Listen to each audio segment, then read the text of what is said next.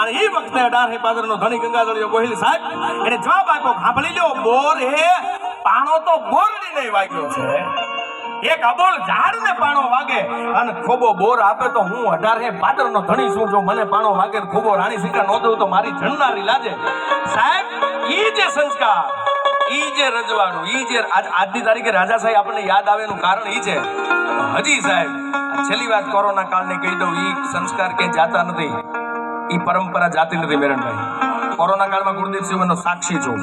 રાજપરા ખોડિયાર મંદિરે આપણા સમયની મર્યાદામાં ત્યારે જે તે સમય સરકારની ગાઈડલાઈન પ્રમાણે આપણે સૌ દર્શનાર્થીઓ જતા હતા, ત્યારે લાઈનમાં એક પછી એક લોકોને લાઈન મારીને દર્શન કરવા માટે જવાનું.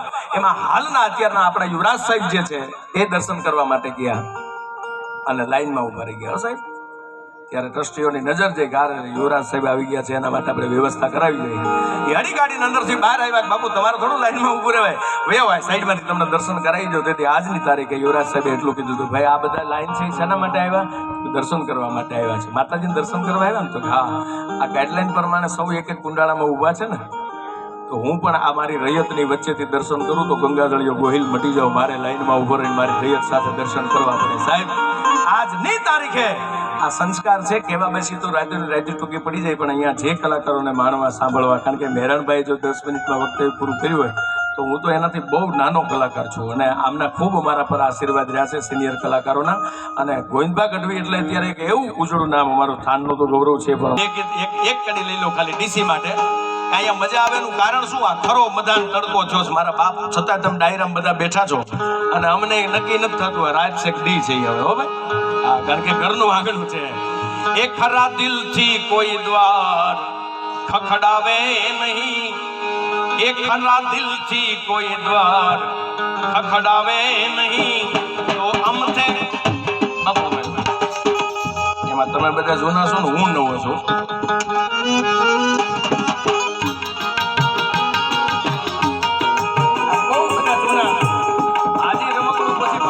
જિલ્લાનું ગૌરવ હોય ને તો રઘુ રમકડું છે, તાળીઓથી બધા બે બાપ દીકરો હારે વગાડે છે. હા, અને આ તો મારા જેટલા વર્ષ છે એટલા વર્ષથી રસિક ખુલ્લા રાખીને બેઠા રહો. આ મારા ઘણા પગે આમ જવું ઘડી ગેટે જાય મહેમાનને લઈને અહીંયા આવે, ગેટે જાય મહેમાનને લઈને આવે.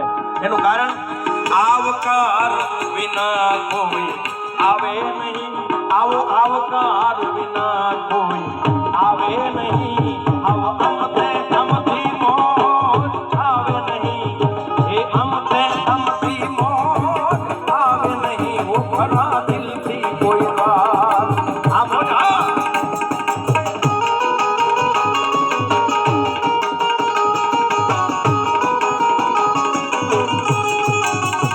આપણી વચ્ચે હિન્દી આવ્યા છે ત્યારે હિન્દી માટે એક પંક્તિ.